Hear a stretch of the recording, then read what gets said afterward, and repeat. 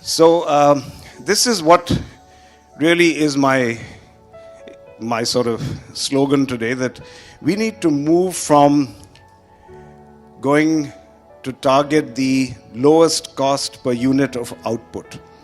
That has been the kind of mantra, if you will, of all emerging market countries. Good evening, everyone. I want to thank the Idea Foundation for having me here, Mr. Ram Madhav Shaurya. I want to thank Alok for that very, very complimentary introduction. And I'm always very grateful for such introductions, because I'm reminded of an anecdote when I was last introduced. And I think the speaker was trying to, or rather the MC was trying to tell the audience that after my speech there would be an entertainment program. What he did end up saying was, Mr. Mahindra, after your speech, everything else will be entertaining. So that unfortunately did rob my self-confidence right away. And therefore I'm extremely grateful when somebody gets it right and is very complimentary. So let me see, I'm trying to load up here. I thought about what I was going to say today, and we've had ministers here, central and state ministers, we've got bureaucrats, the Speaker of the Maldives, Majlis, and I was trying to figure out what I could do which would add any value to all of you. And so what I thought I'd do would be to talk about rabbits. Yes, you heard me right, I'm going to talk about rabbits. Now, in English, there is this phrase called frightened as a rabbit. And that implies that a rabbit is an extremely timid creature and one that has no gumption, no courage. But if you look at our own Panchatantra, the rabbit in fact comes out to be a fairly heroic character. And some of you might remember the story about the mighty lion who ruled a jungle, terrorized all the creatures in there. And they negotiated a peace with him, saying that every day one animal would be sent up for the lion's nutrition. Came upon the rabbit's turn. This rabbit had no intention of being devoured, thought for a bit, showed up late at the lion's den. The lion was angry and hungry. He said, "What happened to you?" And he said, "Well, Your Highness, I was actually going to come with 4 other friends. There were 5 of us to give you a real feast. On the way here, we met another lion who ate up the other 4, sent me here to tell you that he was the real ruler of the jungle." Now, of course, the lion got really upset. He said, "Take me to this upstart." The rabbit took him to a well, told him to look inside and said, "That's your competitor." The lion roared, jumped into the well, and of course was done for. So when you look at this story about the rabbit, there are a number of interesting lessons that come out. First of all, the rabbit intended to survive. It had no intention of being devoured. And it knew that its enemy was several times its size, but it leveraged that size, it leveraged that aggression against its opponent. It also saw things that we usually see, but used that information very creatively. And it used the power of its brain, not the power of its brawn, to get ahead. Are you all my personal? To me, the rabbit, in a sense, is the story of India. If you look at what has brought India to where we are today, we too have been competing against countries and economies several times our size. We have gotten to where we are not because of our resources. We use very, very frugal resources. We use our innovation and our brains to succeed.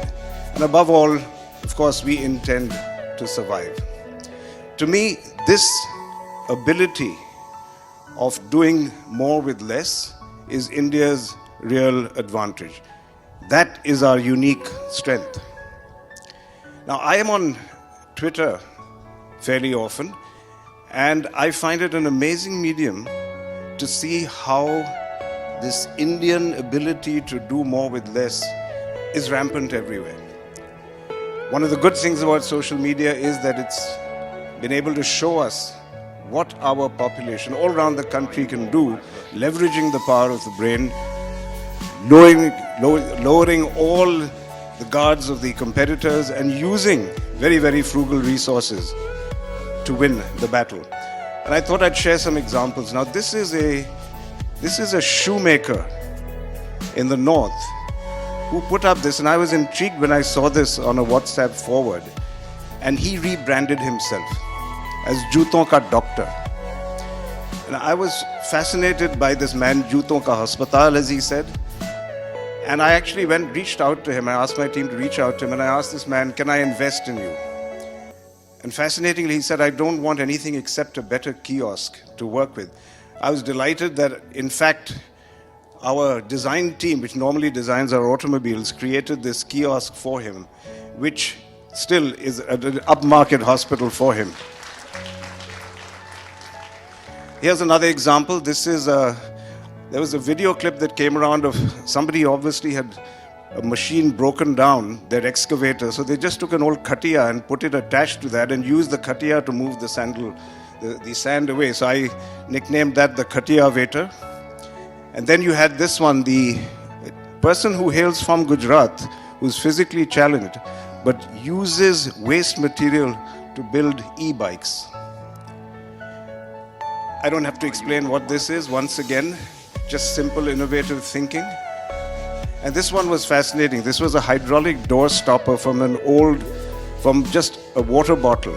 And the thing cost 2 rupees, whereas if you wanted to get a normal hydraulic door stopper, it would be about 1,500 rupees. Everything you know is in your mind. These are student projects. Student projects, one which was about toilets for the visually challenged.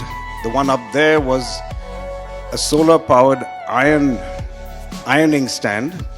And then you had an intelligent staircase which would prevent the elderly from falling. And there was a dustbin which, in fact, killed insects.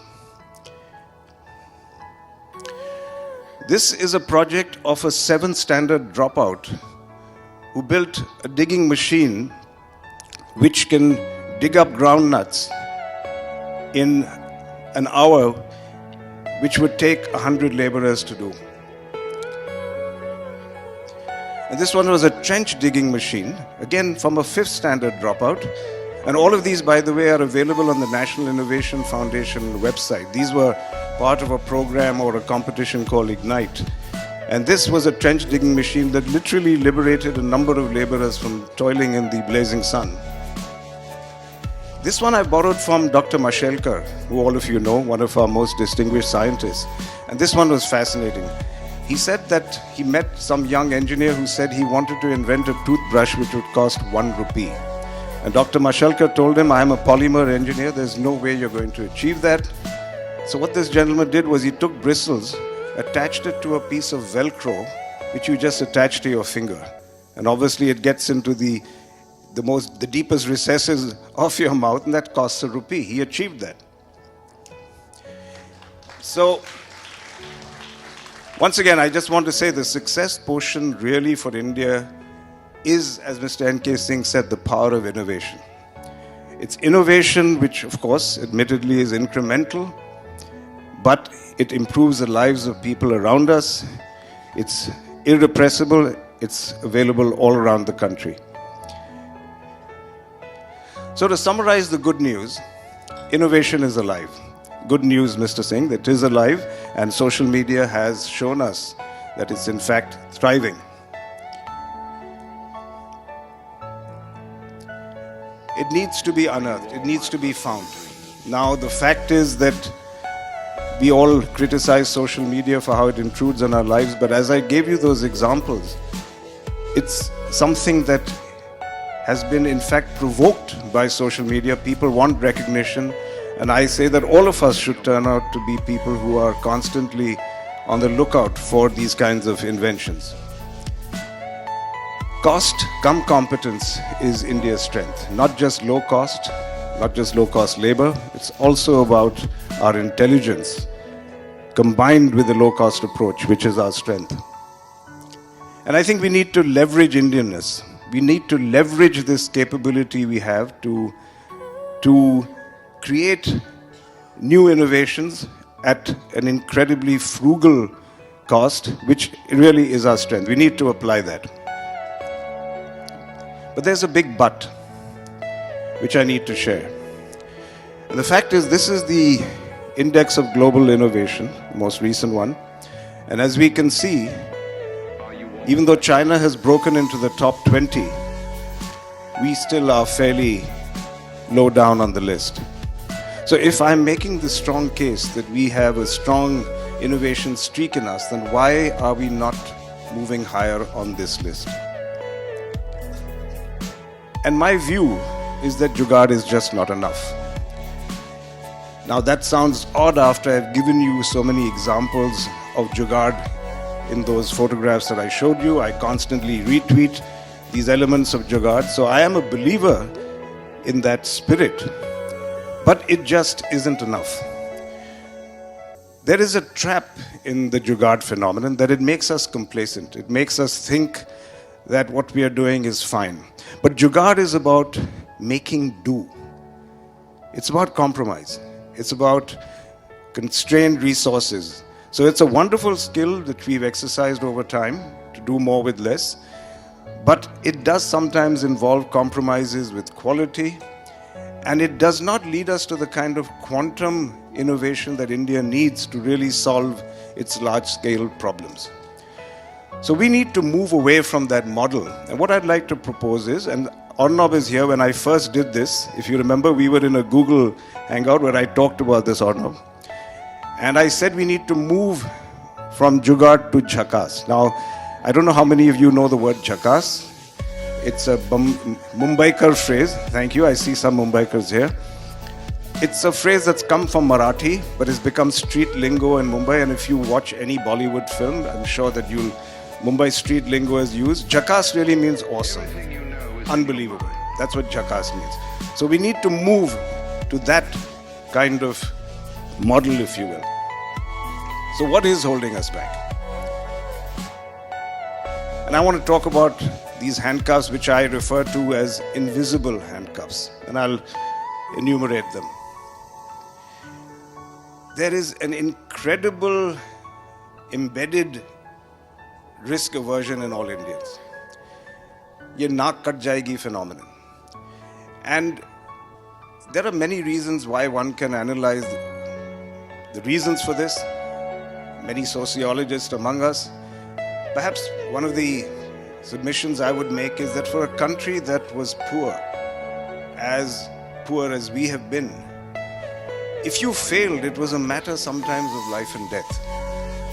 Now, when you become an affluent country and you've had a long history of affluence, especially in economies which have a social welfare net, a social security net, then failure simply means that you move to maybe a chapter 11, you lose some money, but you start all over again. And of course, Silicon Valley has made failure something that is an aspirational goal. But in India, there clearly is a hangover about the problems of failure. There's a social stigma about it. That if you fail, then my daughter or son won't be able to get married.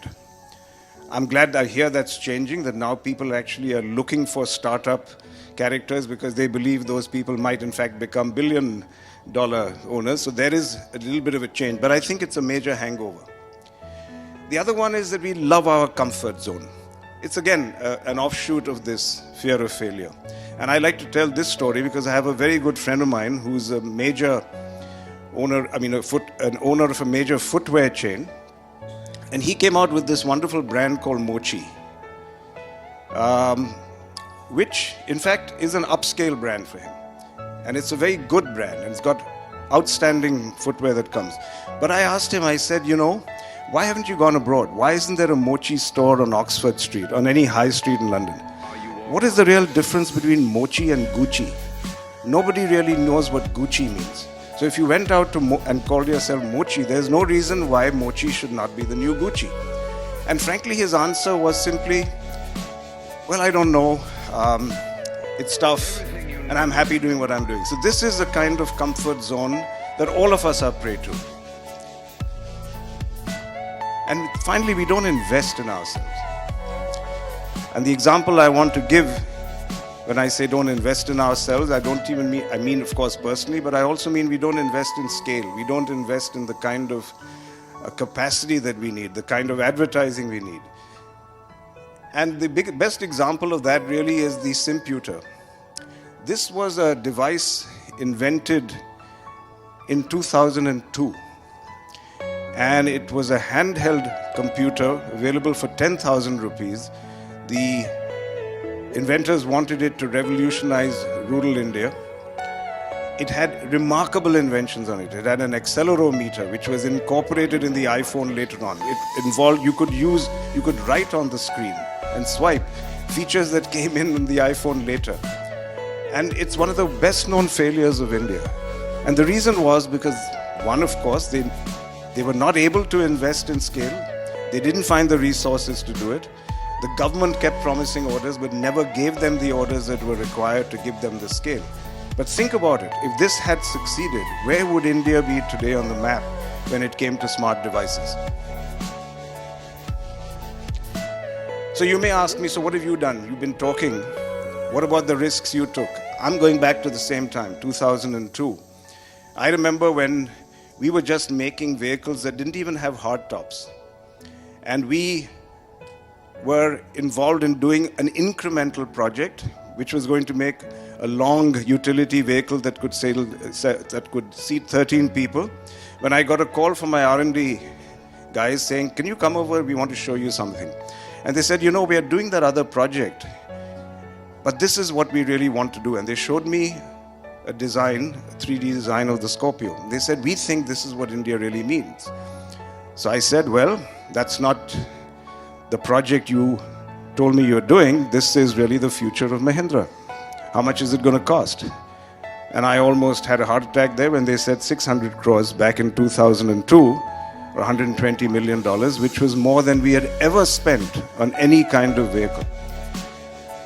But we took the risk. I got the board's backing. It was not always easy. I met a board member later, Mr. Vagul of ICICI, of all of you know, and said, Anand, you didn't know it, but we had decided as a board that if this project failed, you were going to lose your job.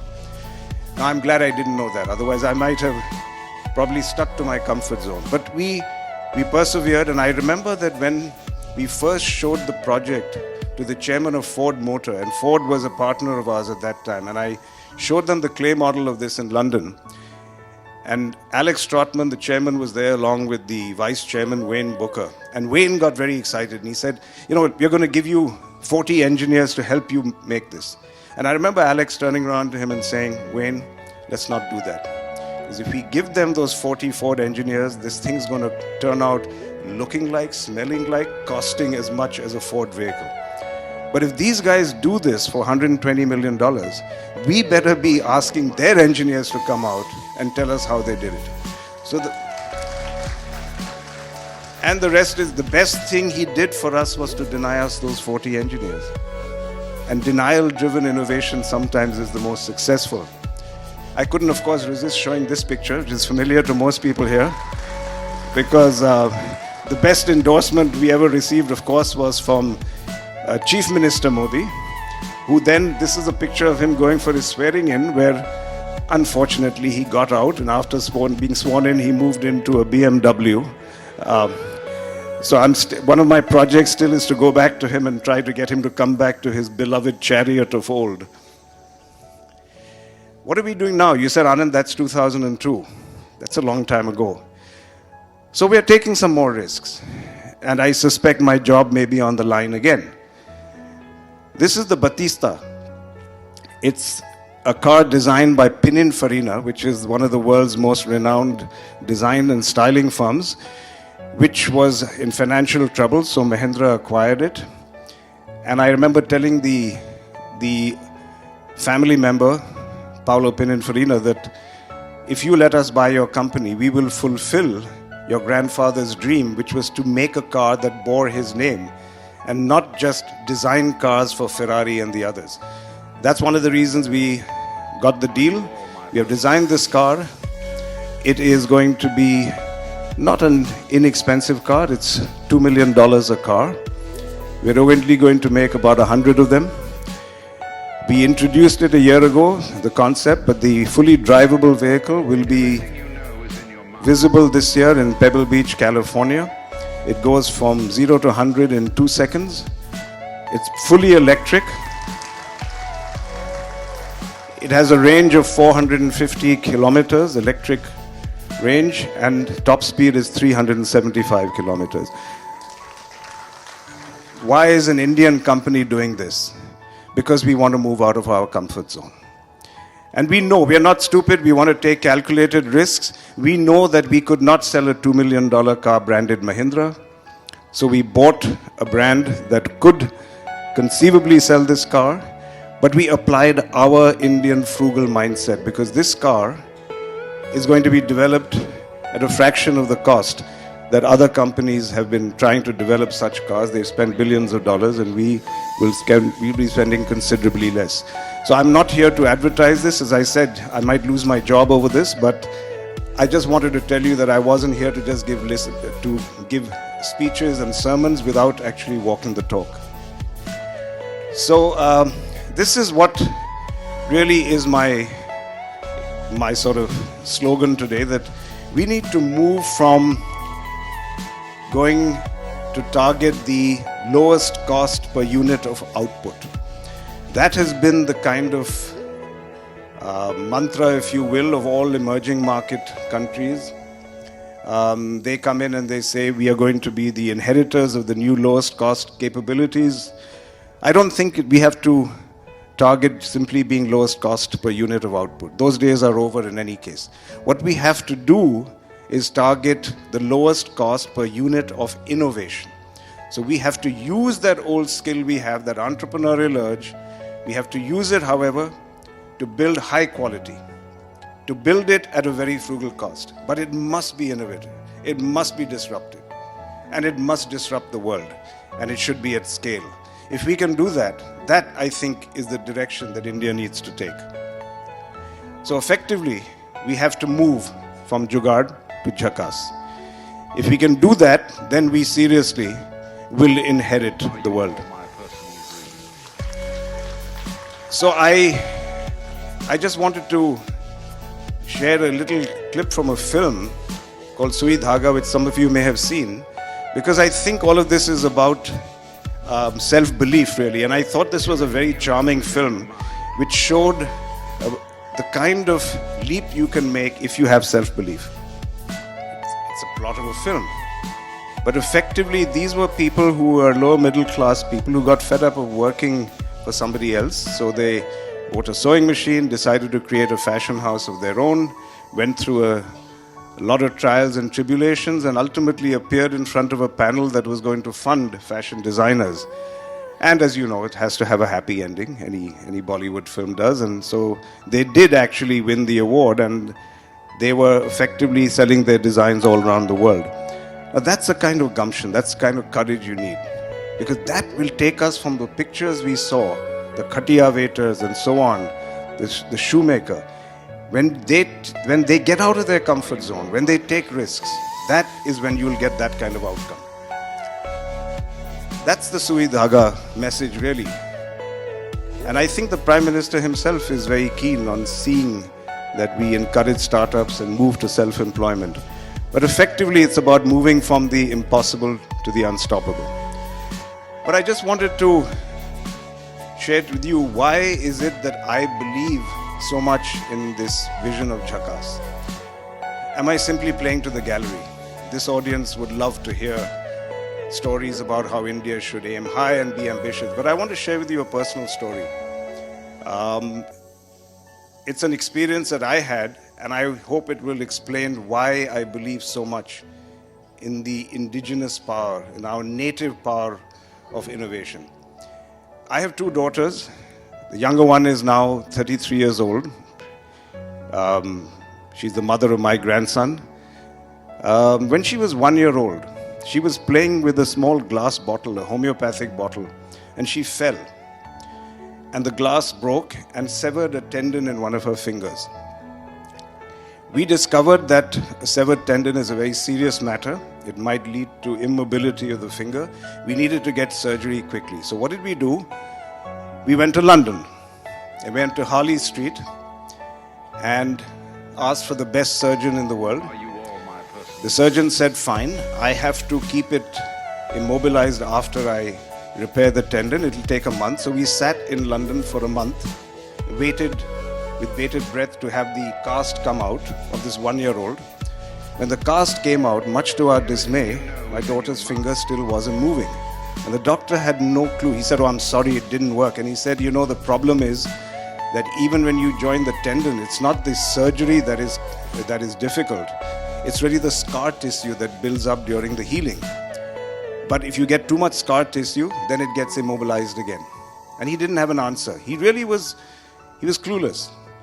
I flew from London to Paris because I was told there was Dr. Glichenstein, who was a very famous surgeon in Paris and knew about hand surgery. So I go to him and he's looking at me. He looks at the case and he says, why didn't you go to Dr. Joshi? I said, what? He said, Dr. Joshi. And I said, where is he? He said, he's in Mumbai. And I said, where? He said, he looked up his diary and he said, he has a clinic in Worli, 5 minutes from my office. I go to Dr. B.B. Joshi, one of the most humble people I've ever met. He said, I'll fix her. He took her into surgery. This is what he did to solve that problem. The surgery, as I said, was not the difficult part. When the surgery came out, he put a cast only up to the wrist. And as you can see in this diagram up here, he put a band, just a band on her wrist. He took a hook, the kind of eye hook that you find on a woman's blouse, and he sewed it into her fingernail. And then he put an eye hook in that band. He took a simple rubber band and he just put a rubber band between the finger and that band. What was his goal? His goal was to provide just enough flex so that the finger would heal, but there would be gentle movement enough not to allow scar tissue to immobilize it again. My daughter's 33. She plays the piano with that hand today. That's Dr. Joshi. This man passed away some years ago. His daughter called me up, unheralded, no hero. I don't even think he got any Padma award, but he was world famous. And his daughter asked me, can I publish his monographs? And I said, it's the least I can do. I published his monographs. But he's died unsung. And think of what we could have done if we had backed him with a better lab, with better equipment, asked him to do more in terms of his innovation. So that's just what I wanted to share with you, ladies and gentlemen, is that I have a very, very strong belief that the best innovation lies in our own backyard. And all I want to request you today is that we need to make, in my opinion, it a national goal to support our innovators, our brave innovators, in our journey from jugaad to jhakaas. Thank you very much.